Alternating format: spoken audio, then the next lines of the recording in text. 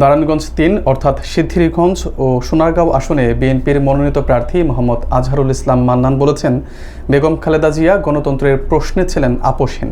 নাসিক ৬ নম্বর word BNP ও সিদ্ধিরগঞ্জ থানা শ্রমিক দলের আয়োজিত দোয়া মাহফিলে তিনি এসব কথা বলেন। অনুষ্ঠানে বিএনপির জেলা ও মহানগর পর্যায়ের নেতারা উপস্থিত ছিলেন। বিস্তারিত থাকছে এসএইচ মুন্না খানের প্রতিবেদনে। নারায়ণগঞ্জ ৩ আসনের বিএনপির মনোনীত প্রার্থী মোহাম্মদ আজহারুল ইসলাম মান্নান নাসিক এলাকায় আয়োজিত এক দোয়া মাহফিলে সাবেক প্রধানমন্ত্রী বেগম খালেদা জিয়ার রাজনৈতিক অবস্থান ও ভূমিকা নিয়ে বক্তব্য দেন। বুধবার ১৫ জানুয়ারি বিকেলে নাসিক ৬ নম্বর ওয়ার্ড বিএনপি ও সিদ্ধিরগঞ্জ থানা শ্রমিক দলের উদ্যোগে আয়োজিত এই অনুষ্ঠানে তিনি বলেন, খালেদা জিয়া আজীবন গণতন্ত্র রক্ষার জন্য সংগ্রাম করে গেছেন এবং স্বৈরাচারী শাসনের সঙ্গে কোনো আপোষে যাননি।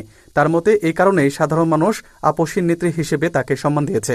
অনুষ্ঠানে আরও বলা হয়, দীর্ঘ সময় ধরে পর্যাপ্ত চিকিৎসা না পাওয়ার বিষয়টি নিয়ে দলীয় নেতাকর্মীদের মধ্যে ক্ষোভ ও বেদনা রয়েছে এবং তারা এটিকে রাজনৈতিক অবহেলার উদাহরণ হিসেবে দেখছেন। দোয়া মাহফিলটি নারায়ণগঞ্জ মহানগর শ্রমিক দলের আহ্বায়ক এস.এম. আসলামের সভাপতিত্বে অনুষ্ঠিত হয়।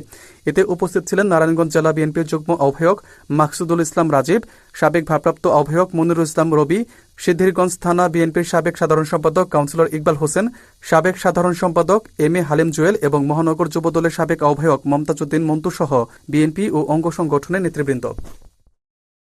দেশটিতে বেগম খালেদা জিয়া ওনার বাংলাদেশের তিনবারের প্রধানমন্ত্রী ছিল। আমরা যে দলটা করি এই দলের চেয়ারম্যান ছিলেন, বাংলাদেশের গণতন্ত্রের নেত্রী ছিলেন, ওনার আপোষহীন নেত্রী ছিলেন এবং আমরা যারা বিএনপি এবং অঙ্গ সংগঠন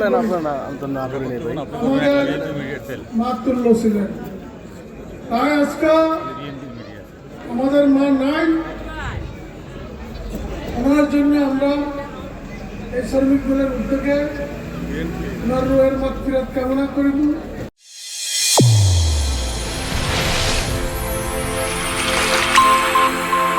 চ্যানেল A1 হৃদয়ের স্পন্দন।